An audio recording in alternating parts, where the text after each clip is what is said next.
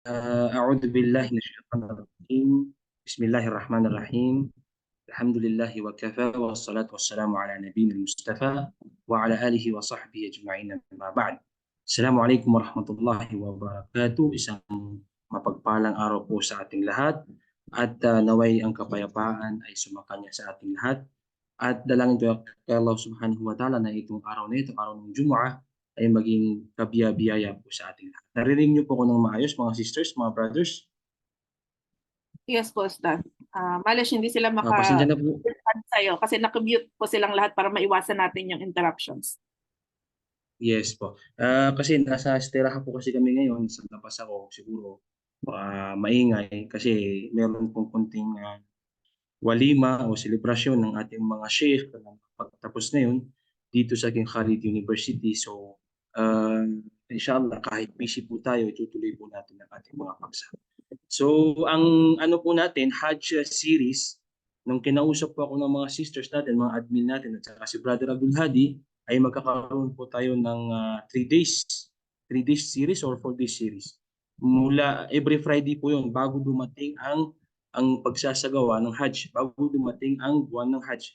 So, Bismillahirrahmanirrahim, sa ngalan ng Allah subhanahu wa ta'ala, gagawin natin ang lahat para ma-discuss natin ng paunti-unti ang Hajj. Kasi kung iisipin po natin, kung ating pag-aaralan, alam niyo po ba mga sisters, mga brothers, na kami, ang Hajj, ay isang kitab po yan, isang kitab na pinag-aaralan niya. So minsan umaabot po yan ng isang taon o 2 taon o 3 taon na pinag-aaralan. So kami, alhamdulillah, inshallah, sa abot ng ating mga kaya ay gagawin natin ang lahat para ma-discuss natin ang Hajj. Kasi kung ating pag-aaralan po ito, sa totoo lang, umaabot po ito ng taon. Okay? Taon, 2 taon. Kasi meron po yan isang mustakil o isang naka-specific na tinatawag na kitab o tinatawag na libro. Pero tayo, inshallah, dahil gagawin natin isang summarized bidnillah sa abot ng ating mga kaya, kung meron man tayong mga kulang, ay gawa po yun ng ating kakuntihan sa oras. Pangalawa, gawa po yun ng ating kakuntihan sa kaalaman. So bismillah, ang ating day 1 mga kapatid, siyempre bago natin i-discuss ang Hajj, dapat malaman muna natin kung ano ba yung Hajj. Ha? Pangalawa, kailan ba naging obligado ang Hajj? Pangatlo, kanino na obligado yung Hajj? At nandiyan din yung mga haligi ng Hajj, yung mga wajibatul Hajj. Yan ang unti-unti natin i-discuss. Kasi kung bibiglayin po natin ito mga sisters, mga brothers, nasabi nga sa akin ni Brother Abdul Hadi, alhamdulillah, na kailangan mag-focus tayo doon sa mga bagong Muslim na mag-Hajj pa lamang. Sila pa lamang ay first time na mag-Hajj. Doon naman siya nakapag-Hajj na kung ating iisipin, kahit hindi natin i-discuss ito, sa totoo lang mga kapatid sa religion Islam, kapag ang isang gawain ay nagawa mo na at ito ay tinandaan mo, nilagay mo sa iyong puso mga kapatid, hindi mo ito makakalimutan. Lalong-lalo na po ang Hajj. Dahil isa po ito sa bagay na kapag nagawa mo ay hindi mo makakalimutan. So ngayon, nandito tayo ngayon sa Hajj series, day 1. Okay? Una, mga kapatid, ma ma'na al-Hajj? Okay? Ano ba yung ibig sabihin ng Hajj? So ang Hajj ay lugatan. Ibig sabihin ng lugatan ay yung ibig sabihin niya sa literal na meaning. Okay? Sinabi ng ating mga ahlul lugha, yung magaling sa mga lingwaheng Arabo, ito ay ang intensyon. Wal qasd. Ito ang intensyon. Al-Hajj istilahan, ibig sabihin naman ito yung ibig sabihin niya para mas maintindihan natin. Huwa qasdul masyair al-muqaddasa liada'il manasik fi makanin wa waqtin makhsus ta'abbudan lillahi azza wa jalla. Okay? Ibig sabihin naman ng Hajj, kasi kung ating iintindihin lamang sa literal na meaning, ito ay intensyon. Huwal qasd. Huwal qasd. Ito ang ibig sabihin niya. Okay? Ngunit para mas maintindihan natin, ang ibig sabihin ng Hajj, huwa qasdul masyair al-muqaddasa liada'il manasiki fi makanin wa waqtin makhsus ta'abbudan lillahi azza wa jalla. Ito ay ang intensyon ng mga sagradong gawain. Okay ba? Mamaya di-discuss natin bakit sagradong gawain. upang magsagawa ng mga ritual sa isang tiyak na lugar o oras sa pagsamba sa Allah na makapangyarihan sa lahat. Bakit natin ito sasabihin mga kapatid na ito ay intensyon sa mga sagradong gawain? Dahil lahat ng gagawin natin sa Hajj mga kapatid ay sagrado. Lahat ng ritual ng Hajj ay sagrado. So kung ating iisipin, tama yung sinabi ng ating mga ahlul lugha, yung magaling sa bihasa o mga bihasa sa lingwaheng Arabo na ang Hajj ay ito yung mga sagradong pag-intensyon sa mga sagradong gawain. Tulad ng pagpunta mo sa Makkatul Mukarramah, ito ay sagrado. Okay? Yung paglalakbay mo sa papunta lamang ng Makkatul Mukarramah ay isa na po itong sagradong ritual. Ikaw ay magtatawaf, ikot ka sa Kaaba, sagradong bagay, sagradong gawain. Ikaw ay pupunta ng sa'i upang maglakad papuntang Safa, mula Safa papuntang Marwa, sagradong gawain. Pupunta ka ng Mina, sagradong gawain. Pupunta ka ng Arafah, sagradong gawain. Pupunta ka ng Muzdalifah, sagradong gawain. Lahat po ng gagawin dito sa buwan ng Hajj ay tinatawag na sagradong gawain ng mga ritual. So yan ang literal, ayan ang mas maliwanag na ibig sabihin ng Hajj para mas maintindihan natin, mga kapatid, ito yung paglalakbay mo patungo sa Makkatul Mukarramah upang magsagawa ng iba't ibang klaseng ritual, iba't ibang klaseng sagradong gawain. Yan ang sinabi ng ating mga ulama. Okay. Ngayon mga kapatid, meron tayong tanong. Mata furid al-Hajj. Ito yung tanong. Kailan naobliga ang pagsasagawa ng Hajj? Kailan naobliga ito sa mga tao? Kasi baka isipin natin, ano ba yan na lahat na lang sa Islam obligado. Pero dapat alam natin kung kailan naobligado sa atin ang pagsasagawa ng Hajj. Bilang isang Muslim, dapat alam po natin ito. Bilang isang Muslim, dapat alam natin kung kailan naobligado ang pagsasagawa ng Hajj. So ang sagot, fi sanat tasi'ah min al-Hijrah. Ito ay naobligado sa ikasyam na taon ng Hijrah. Ikasyam na taon ng Hijrah. Wad-dalilu ala anna al-Hajj furida fi sanat tasi'ah anna ayat wujub al-Hajj fi surah Ali Imran wa hiya qawluhu ta'ala walillahi 'alan nasi hajjul baiti man istata'a ilayhi sabila. Mga kapatid sa Islam, ang Hajj ay naging obligado sa atin nung ikasyam na taon ng Hijrah. Tandaan po natin iyan. Dapat alam natin yan. Bakit tayo papasok sa isang gawain? Bakit natin itatayo ang isang gawain kung hindi natin alam kung kailan ito na-obliga? Kung ano yung ibig sabihin nito? Kung ano yung kahalagahan nito? Bago natin pasukin o bago natin isagawa ang isang bagay, dapat alamin po muna natin. Halimbawa, ikaw, gusto mong mag-aral. Ikaw, college ka ngayon. Bago ka pumasok sa college, dapat alamin mo muna kung ano yung gusto mong maging kurso. Alamin mo muna yung bagay na magaling ka sa bagay na yun. Hindi yung magaling ka nga sa engineering pero magdodoktor ka naman. So parang ganito rin ang Islam mga kapatid. Ikaw ay magsasagawa ng Hajj, dapat alam mo kung kailan naobligado ang Hajj, kung paano ito naobliga sa mga Musliman, kung gaano kahalaga ang Hajj.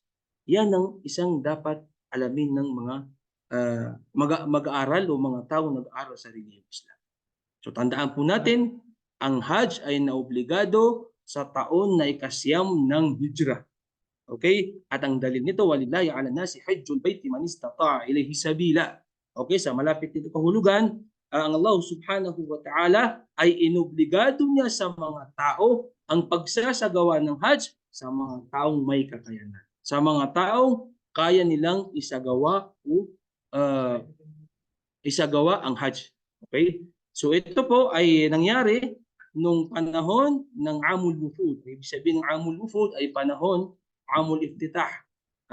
Amul Futuh. Ito yung mga taon nagsimula ng nabuksan yung iba't ibang lugar o na-conquer ng mga Muslim yung mga iba't ibang bansa. So ito ay kasyam ng taon ng Hijrah. So yan po yung taon kung kailan na obligado sa atin ang pagsasagawa ng Hajj. Tandaan po natin iyan, mga kapatid sa religious Islam. Okay. Ngayon, ang tanong natin ngayon, man yajibu o man tajibu alayhi al-hajj. Bilang isang Muslim, dapat alam natin kanino ba o kanino na obligado ang pagsasagawa ng Hajj. Kasi baka mamaya isipin natin lahat ng Muslim ay obligado sa kanila. So mayroon mga tao na obligado sa kanila ang pagsasagawa ng Hajj. So dapat alam po natin yan. Okay? Unang-una, na sinabi ng ating mga ulama na obligado sa kanya ang pagsasagawa ng Hajj ay yung taong may kakayanan sa pera. Ibig sabihin nito, may kayamanan. May sobra doon sa kanyang pera. May sobra sa kanyang kayamanan.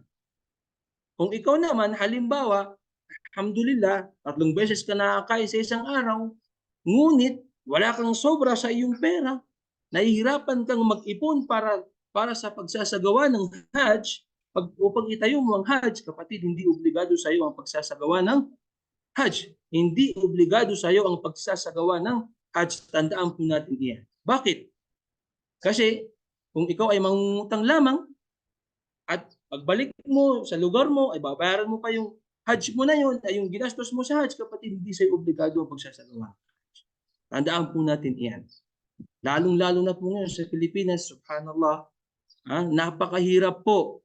Napakahirap ng mga bayarin. Lalong-lalo na ngayon, umaabot ata, wallahu a'lam, dati ang naalala ko, 200,000, 250,000, hanggang naging 300,000, ngayon 350,000.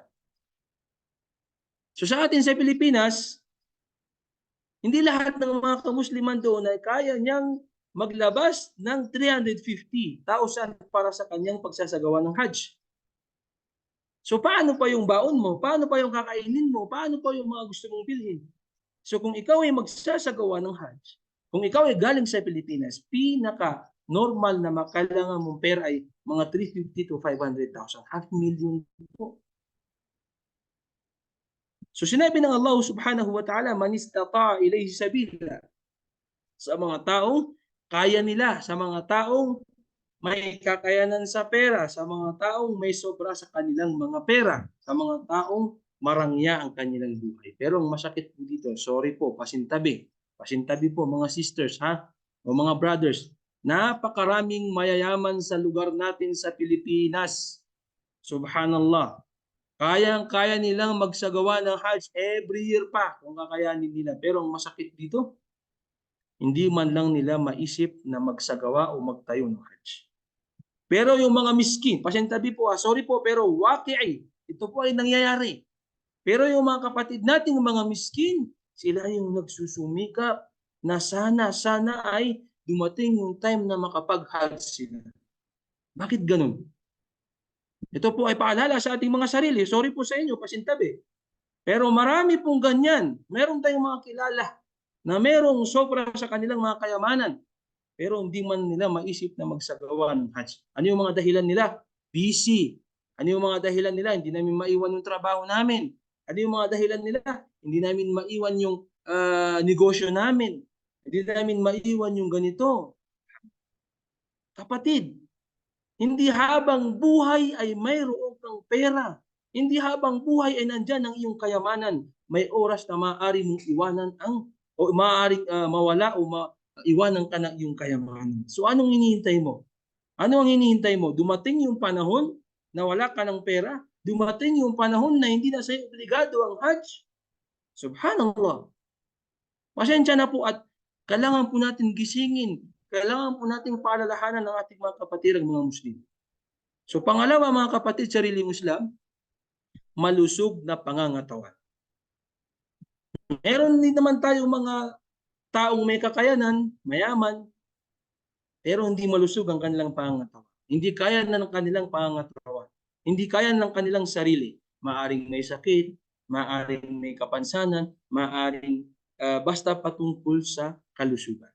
So yan po ang dalawang bagay na kapag nasa iyo ay obligado sa iyo ang pagsasagawa ng Hajj.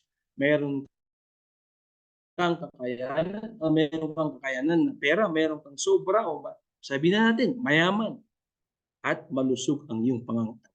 Kasi kung ikaw naman may pera, okay?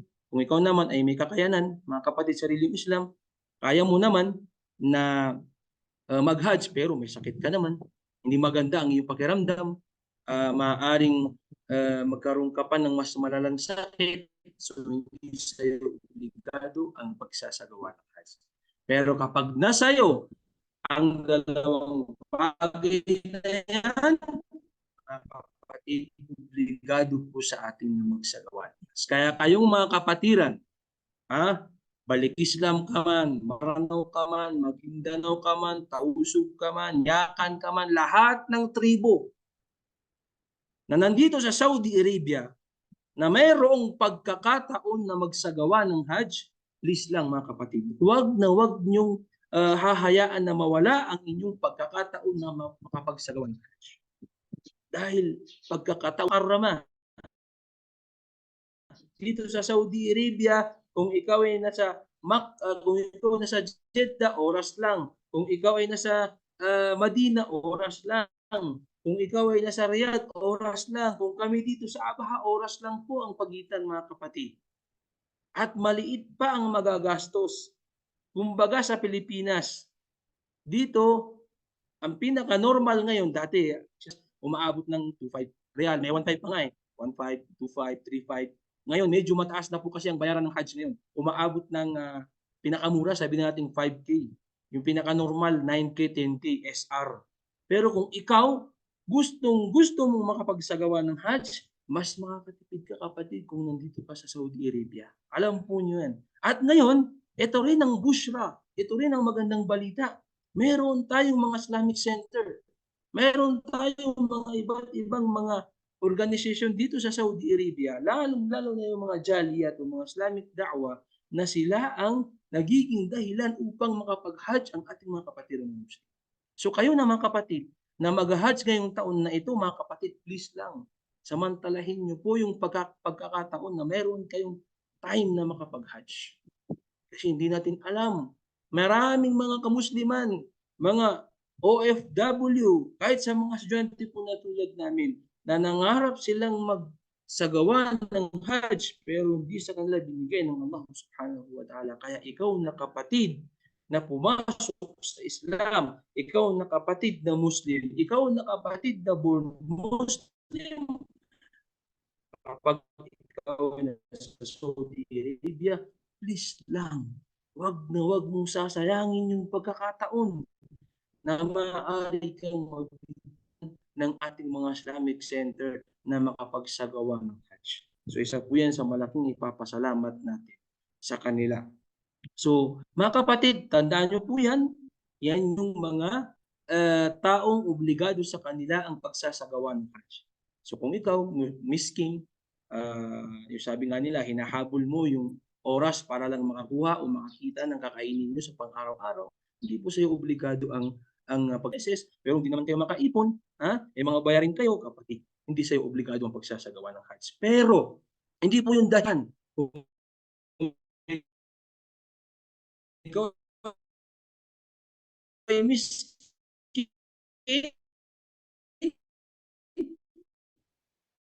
magsumikap ka, gumawa ka ng paraan, magdua ka kay Allah, ya Allah, sana po dumating yung panahon na yumaman naman ako para maisagawa mo ang isang pinakamahalagang haligi ng ating reliyong Islam. Diba? Kasi iba sa atin, yung mindset nila, lalong-lalo na po sa mga Pilipino, ay ganito talaga, mahirap ako. Mahirap ako, pinanganak akong mahirap, maamatay akong mahirap. Huwag ganun, mga kapatid. Kung tayo man ay pinanganak na mahirap, wala pong imposible. Lahat po ng ating ay 50 years pa na hindi tayo nilikha ng Allah subhanahu wa ta'ala ay nakalista na po yan sa Lawhil Mahfuz. Alam na po yan ng Allah subhanahu wa ta'ala sa atin. So tandaan po natin yan, mga kapatid sa Diyos. Okay, ngayon. Magkanatul Hajj fil Islam. Mga kainaman at kahalagahan ng Hajj, paglalakbay sa Makkah sa Islam. So dapat malaman po natin iyan. Bago natin pasukin yung sa next day, yung mga iba't ibang hatol patungkol sa Hajj, dapat alam po natin ito lahat. Napakarami. Pero pumili lang ako ng ilan para at least mas maintindihan natin. Unang-una, kabilang ito sa mga haligi ng Islam. Okay, mamaya discuss natin. Pangalawa, ang gantimpala nito ay paraiso.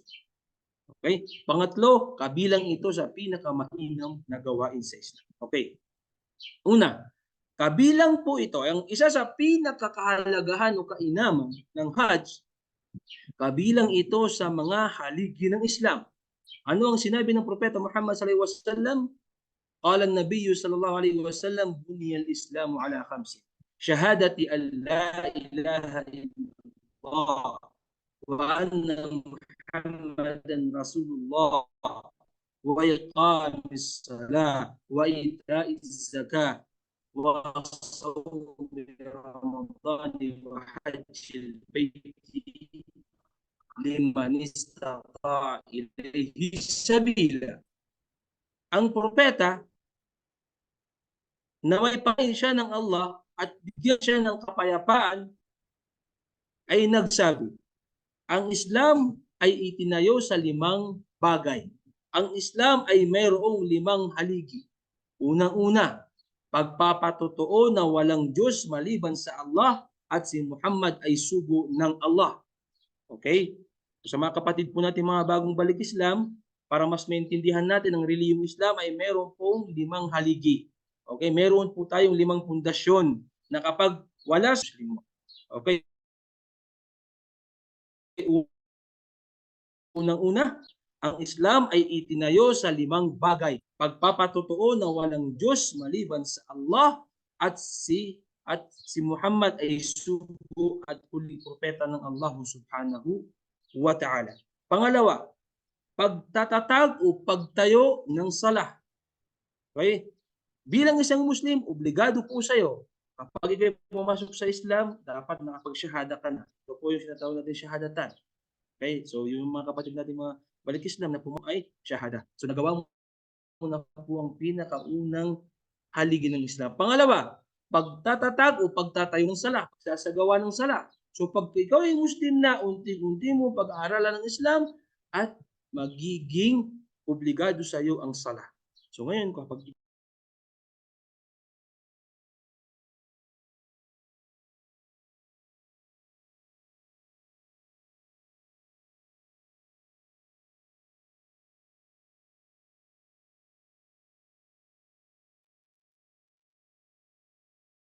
kadaraw.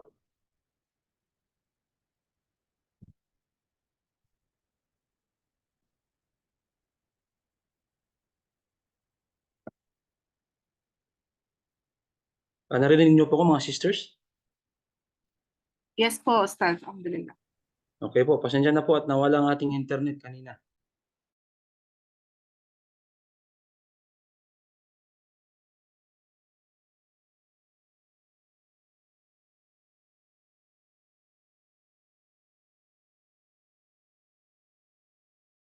So mga sister, pasensya na po kayo at nandun na po tayo sa mga magandang parte at qadarallah ma syaa fa'al. Okay, so mga kapatid, nabanggit po natin kanina at nakalayo na po tayo ngayon. Nabanggit natin kanina mga kapatid na kabilang ang Hajj sa haligi ng Islam. Nakuha natin kanina yung tinatawag na shahadatan, yung pagtatayo ng sala, pagbibigay ng zakat. Ngayon naman mga kapatid, yung pag-aayuno sa buwan ng Ramadan, bilang isang Muslim, obligado po sa iyo na mag-ayuno sa buwan ng Ramadan. So na-discuss na po natin nung last yan, meron tayong tinatawag na Ramadan series. Ngayon naman, ang pagsasagawa ng Hajj sa sinong mang may kakayanan. Tandaan po natin yan. Sa sinong mang may kakayanan. Kapag ikaw, kaya mo na magmo ang pagsasagawa ng Hajj. Kabilang po yan sa mga haligi ng Islam. Pangalawa, ang gantimpala nito ay paraiso. Sino man ang magsagawa ng Hajj at ito ay tinanggap ng Allah subhanahu wa ta'ala, sinabi ng Propeta Muhammad sallallahu alaihi wasallam, illal jannah, at ang Hajj, paglalakbay patungo sa Makkah, kapag ito ay tinanggap ng Allah, wala itong gantimpala liban sa paraiso. Allahu Akbar. Kung iisipin natin, 3 milyon, 4 na milyon, 5 milyong mga kamusliman ang pupunta sa Makkah, sa Saudi Arabia upang magsagawa ng Hajj. At sinabi ng Propeta Muhammad sallallahu alaihi wasallam, wal hajjul mabrur laysa lahu jazaa illa al jannah. Mga kapatid, ang Hajj na tinanggap ni Allah subhanahu wa ta'ala ay ang gantimpala nito ay paraiso. Bakit natin tinatawag na Hajj na tinanggap? Hajjul mabrur. Kasi may mga kapatid, sorry po ha, waqi'i. Kailangan natin sa ito, may mga tao na nagsasagawa ng Hajj, pupunta Makkatul Mukarramah, intention na mali. May mga tao na pupunta din Makkatul Mukarramah upang magsagawa ng Hajj, pero iba yung kanilang intensyon, iba yung nasa puso nila. Yung iba, maaaring business. Okay? Yung iba, maaaring dahil may pera lang siya, sige, punta na ako. Kapatid, ito ay isang sagradong gawain, banal na gawain. Kapag ikaw ay pupunta sa Makkatul Mukarramah, dapat ang intensyon mo ay tama. Ang gagawin mong mga ay sagrado para kay Allah. So dapat ay maging tama ito. Para ito ay matawag na Hajjul Mabrur, laysa lahu jazaa illa jannah. Sa taong tinanggap ang kanyang Hajj o sa relihiyong Islam, ang iyong ang iyong gantimpala ay paraiso. Yan ang isa sa mga kainaman ng tinatawag na Hajj. Okay? Ngayon, kabilang din ito sa pinakamainam na gawain. Ang pagsagawa ng Hajj ay kabilang din sa pinakamainam na gawain. Bakit? Anna Rasulullah sallallahu alaihi wasallam su'ila ayyul amal o ayyul a'mali afdal faqala imanun billahi wa rasulih qila thumma madha qala qala al-jihad fi sabilillah qila thumma madha qala hajjun mabrur. Sinabi ng Propeta Muhammad sallallahu alaihi wasallam, tinanong ng Propeta Muhammad sallallahu alaihi wasallam, ya Rasulullah, tanong ng mga sahaba, ayyul amal o ayyul a'mali afdal? Ya Rasulullah, ano ba ang pinakamainam na gawain? Faqala imanun billahi wa rasuli. Una rito, ang paniwalaan mo ang Allah subhanahu wa ta'ala at paniwalaan ang kanyang propeta na si Muhammad sallallahu alaihi wasallam. Kaila thumma at ano pa kaya Rasulullah, sabihin mo sa amin? Qala al-jihad fi sabilillah. Ang pakikidigma para kay Allah subhanahu wa ta'ala. Qila thumma madha qala hajjun mabrur. Inam na gawain. Sinabi ng Propeta Muhammad sallallahu alaihi wasallam, hajjun mabrur, yung paglalakbay mo patungo sa Makkah, yung pagsasagawa mo ng Hajj na tinanggap ng Allah subhanahu wa ta'ala ay kabilang sa pinakamainam na gawain kay Allah subhanahu wa ta'ala. Ang tanggapin ng Allah ang iyong pagsasagawa ng Hajj. Mga kapatid, imagine nyo, 6 to 7 days kayo ay nagsasagawa ng ritual na sa bagay o kaya ay lahat ng mga ipinagpapalagay ng Allah subhanahu wa ta'ala. Kung iisipin nyo, so mga kapatid sa relihiyong Islam, tandaan po na isa sa pinakamalaking kainaman o kahalagahan ng pagsasagawa ng Hajj ay ang dahil ito ay kabilang ito sa pinakamainam na sinabi ng Propeta Muhammad sallallahu alaihi wasallam na gawain. Hajjun mabrur. Tandaan po natin, nabanggit ng Propeta Muhammad sallallahu alaihi wasallam, kabilang sa pinakamainam na gawain ay yung paniniwala kay Allah, paniniwala sa Propeta Muhammad sallallahu alaihi wasallam, pakikidigma para sa relihiyong Islam at yung Hajj na tinatawag ng Allah. Napakarami pa po. Napakarami pang mga kahalagahan o kainaman ng pagsasagawa ng Hajj.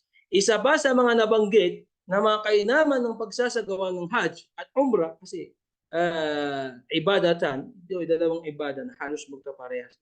Pero merong mga bagay, mga ritual na hindi ginagawa nito. Mga kapatid sa relihiyong Islam, sa Hajj ay pare-parehas po ang suot ng mga kamusliman. Lalo na po sa mga kalalakihan. Lahat po, isa po yan sa kainaman niya na walang mayaman, walang mahirap, walang politician, walang magsasaka, walang negosyante, walang lahat ng tao sa mundo na mga Muslim na pupunta ng Makkah upang magsagawa ng Hajj, iisa lamang ang kanilang mga suot at yun ang ihram sa mga kalalakihan at sa mga kababaihan ay depende na rin po sa inyo yun mga kapatid. Inshallah, madi-discuss din po natin iyon. Pero tandaan po natin, isa po yan sa kainaman. Isa po yan sa kainaman ng Hajj, na sa araw ng Hajj ay lahat ng mga kamusliman, lalong-lalo na sa mga kalalakihan, ay pantay-pantay po sila sa paningin ng Allah subhanahu wa ta'ala. Okay? So tandaan po yan mga kapatid sa religion. Okay, ngayon, ang ating i-discuss ay ang tinatawag na Arkanul Hajj wal Umrah. Ang mga haligi ng Hajj at Umrah. Hindi mo maisasagawa ang Hajj kung wala ito. Kung wala, isama na po natin para at least alam natin yung pagkaibahan. Ngayon, mga haligi ng Hajj. Okay? Mga haligi ng Hajj, yung mga pundasyon na dapat gawin ng isang nagsasagawa ng Hajj. Kapag hindi mo nagawa, mga kapatid, ay hindi tatanggapin ng Allah subhanahu wa ta'ala ang iyong Hajj. Okay, una, ang intensyon sa Hajj, niyatul Hajj. Kapag ikaw ay maglalakbay sa Makkahul Mukarramah sa Dhul-Hijjah at magsasagawa ka ng Hajj, dapat nandoon ang iyong intensyon. Nabanggit natin kanina, baka mamaya pupunta ka dito sa Saudi Arabia pero iba yung intensyon. Hindi po yun mga kapatid. Mali po yun mga kapatid. Hindi po yun matatawag na Hajj. Kapag kahit ikaw ay pumunta ng Makkah o kaya pumunta ng Saudi Arabia sa araw o kaya sa buwan ng Hajj, kung hindi ka naman nag-intensyon ng Hajj, mga kapatid sa reliyong Islam, hindi po yun katanggap-tanggap na Hajj. So kasama po yan sa mga haligi ng Hajj, Arkanul Hajj, ang intensyon sa Hajj. Pangalawa, madidiscuss po natin inshallah sa susunod na day o sa pangalawang series natin yung mga iba't ibang tinatawag na intensyon sa Hajj, mga anwa o nusuk. Dapat po natin ibigay yun sa ibang araw dahil mahaba po ang discussion doon. So meron tayong tatlong anwa o nusuk o yung tatlong uri ng pag-Hajj. Okay? Madidiscuss po natin yan. Nandiyan po ang tinatawag na Hajj at Tamattu, tinatawag na Hajjul Kiram, tsaka yung tinatawag na Ifrad. So madidiscuss po natin yan. Sa mga nakapag-Hajj na po, alam nila yung pagkakaibahan yan, mahaba po yan. Dapat natin ibigay yan sa ibang araw o ibigay natin yan sa next na day. Okay. Ngayon, unang haligi ng Hajj ay ang intention. Tandaan po natin yan. Hindi ka pwedeng pumunta ng Makkahul Mukarramah ng Saudi Arabia sa Dhul-Hijjah, buwan ng Dhul-Hijjah, pero ang intention mo hindi Hajj. Ha? Kung hindi Hajj, negosyo, ibig sabihin nun, kapatid sa religion Islam, hindi po matatanggap ang tinatawag na Hajj sa'yo, para sa'yo, mga kapatid. Kahit pumunta ka pa ng Makkah, nagtawaf ka pa, pero kung ang niya mo, intention mo ay hindi Hajj, hindi po yun katanggap-tanggap natin. Okay. Pangalawa, ang pananatili sa Arafah. Ang pananatili sa Arafah, al-wuqufu bi Arafah min arkanil Hajj. Ang pananatili mo sa lugar ng Arafah ay kabilang ito sa tinatawag na arkan. Pasensya na po, dapat natin itong higpitan. Meron kaming nabalitaan dito po sa Saudi Arabia na may mga nag-check daw dito. Sorry po ha, sorry. Pero totoo po ito. May mga nag-check po daw dito ng mga Pilipino. Hindi natin alam kung sino po sila. Kung sino man sila, sana makarating sa kanila yung mga naisiparating ng mga ibang mga kapatiran. Sila ay nag-check. Pero wala silang lehitimong agency. Minsan napapansin yung mura. Ay, maliban sa yung mga Islamic Center, lehitimo po yan. Pero meron tayong mga iba't ibang mga tao dito sa Saudi Arabia na nag-share. Ibig sabihin nun, sila yung nag-guide pag may mga OFW na gustong mag-Hajj. Pero hindi sila lehitimo. So, gumagawa sila ng iba't ibang mga paraan. Sorry po sorry. Yung iba, nagbabayad lang ng 1.5, 3.5, mura. So yung mga Pilipino, mga OFW na mga Muslim, siyempre, kinakagat nila ito kasi pagkakataon na to mura eh.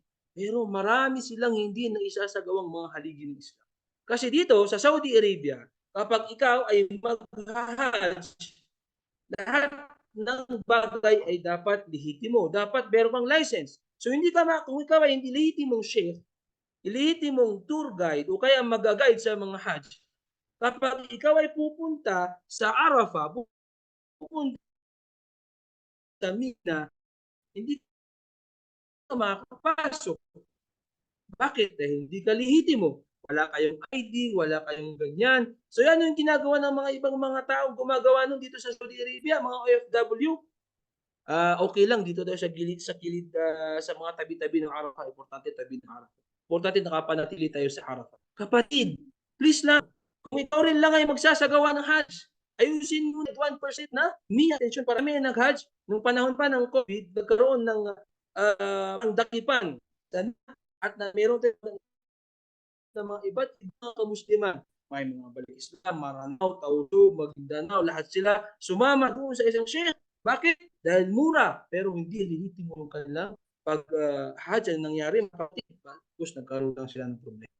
So ang pananat sa Arafah, dapat lihitimo ka. Dapat alam mo yan. Okay? Tatlo, tawaf, pag-ikot sa Kaaba.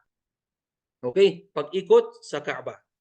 Pagdating mo sa Makkatul Mukarrama, isa po yan sinatawag na tawaf o pag-ikot o paglalakad sa Kaaba ng 7 beses. So, inshallah, di-discuss po natin yan pa isa-isa. Kasi mahabang ang tinatawag na unuk at saka yung gagawin sa Arafah, yung gagawin sa tawaf, at panghuli na kabilang sa haligi ng Hajj ay tinatawag na sa'i. Paglalakad mo mula sa Safa hanggang sa Marwa, magsisimula ka sa Safa, isang beses, sa Marwa, pangalawang beses hanggang sa maging 7 beses, mga kapatid. Ay ito ang tinatawag na sa'i. So inshallah, yan ang 4 na arkanul Hajj, tinatawag ng mga haligi ng Hajj. At inshallah ay madidiscuss pa natin ng mas mahaba yan. Hindi na kayang discuss ngayon dahil maubos ang ating mga oras. Ito, ang haligi ng Umrah. Ang haligi ng Umrah ay 3. Doon din yung intention mo sa pagsasagawa ng Umrah. Pangalawa, yung tawaf, yung pag-ikot mo, paglalakad sa Kaaba. Pangatlo, yung sa'i, paglalakad mula sa Safa papunta sa Marwa. Okay? Pero wala doon yung al-wukuf di Arafah. Yun lang yung pagkaibahan nun. Yung 3 na to, kasama rin dun sa mga haligi ng Hajj. Pero yung wukuf di Arafah ay special lamang po yun sa Hajj. Special lamang po yun sa Hajj. So, kung gagawin mo ito sa Umrah, wala pong wukuf sa Arafah. Okay? Hindi po yung kabilang sa haligi ng Umrah. Tandaan natin yan. Okay? Naulit po ito. Ngayon naman, mga sarili Muslim. Ang ating i-discuss ay ang tinatawag na mga wajibatul Hajj. Bago po natin discuss to, ang arkanul Hajj o arkanul Umrah, kapag ito ay naiwanan mo, sinadya mo man hindi mo sinadya, ay hindi katanggap-tanggap ang iyong Hajj. Tandaan nyo po yan, ha? Ang arkan, mga haligi ng Hajj at Umrah, kapag iniwan mo, sinadya mo man ito o nakalimutan mo man ito o hindi mo sinadya at naiwan mo ito, kapatid, hindi po katanggap-tanggap ang iyong Hajj at hindi rin katanggap-tanggap ang iyong Umrah. Pero sa wajibatul Hajj, kapag ito ay sinadya mo, masisira ang iyong Umrah. Pero kapag hindi mo sinadya, nakalimutan mo, siguro dahil sa gawa ng mga so busy o may mayroong nagawang bagay na nakalimutan mo ito, mayroong mga nakapataw na mga hatol pa dyan. Okay, so yan po ang pagkaibahan yan. Tandaan po natin yan. Yung arkan, yung haligi, pag iniwan mo ito, sinadya mo, nakalimutan mo, hindi mo nawala sa isip mo, hindi po katanggap Hajj at Umrah. Pero ang wajibatul Hajj, tandaan natin yan. Kapag sinadya mo, hindi ka tanggap-tanggap ang iyong Hajj, pero pag hindi mo sinadya, nakalimutan mo, mayroong bagay na maaaring nagpapigil sa'yo sa bagay na yon. May mga nakahatol o nakapataw na hatol o batayan patungkol dyan. So una rito, ang pagsusuot ng ihram sa miqat. Okay? Kabilang sa wajibatul Hajj ay yung mag-intention ka, pupunta kayo ng miqat, okay? Yung miqat, madi-discuss din po natin yan. Huwag po tayong magmadali, ha? Madi-discuss natin, ano ba itong miqat na sinasabi ni Ustad? Okay, ito po yung mga lugar na pupuntahan natin o dadaanan natin bago tayo pumunta ng Makkah, magsagawa ng tawaf, at doon tayo magsusuot ng ihram. Tandaan po natin yan. Pangalawa, ang pananatili sa Arafah ng araw.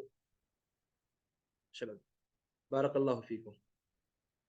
Ang pananatili sa Arafah ng araw. Okay? Ang pananatili sa Arafah ng araw. Okay? Sa araw, kapag katapos natin, kapag tayo galing ng Mina at pupunta tayo ng Arafah, dapat araw nandun tayo. Okay? Ba'da zawal. After Fajr, maaaring nandun na tayo hanggang sa bago dumating ang Maghrib. Okay? So bakit? Dahil ang pananatili naman natin ng gabi ay sa Mina, okay? Pananatili sa Mina at sa Muzdalifah ng gabi. Okay, sa Muzdalifah ng gabi. Ang pananatili sa Mina, kabilang din yun sa mga wajibat. Pero kapag ikaw ay galing ng Arafah, ay pupunta ka ng Muzdalifah ng bago dumating ang Maghrib, maglalakad kayo, pupunta kayo doon o kaya sasakay kayo ng kung anuman.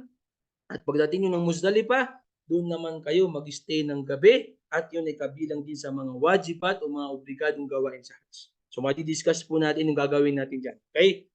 Paisa-isa, inshallah sa next day, yung mga arkan at saka yung mga Hajj, ay yung mga wajibat. Pangapat, yung pagbato sa jamarat. Okay? Ang tinatawag na jamarat, madi-discuss din po natin yan, kabilang yan sa mga wajibat na gagawin ng isang magsasagawa ng Hajj. Okay? So, din dyan, yung pagbato ng Hajj na tinatawag na Aqaba, yung malaking jamarat, yung musta, yung maliit, pangalawa ay pangatlo yung musta, yung middle at yung last naman yung sugra, yung maliit na jamarat. So madi-discuss po natin yan inshallah. Okay? Panglima, pagbabawas sa buhok. Pagkatapos na yung pagbabato mo ng jamarat, magbabawas ka ng buhok. Kapag ikaw ay magsasagawa ng Hajj, ang pinakamainam sa iyo sa mga kalalakihan ay yung magpakalbo. Okay? Sa mga kalalakihan, ang pinakamainam ay yung magpapakalbo pa.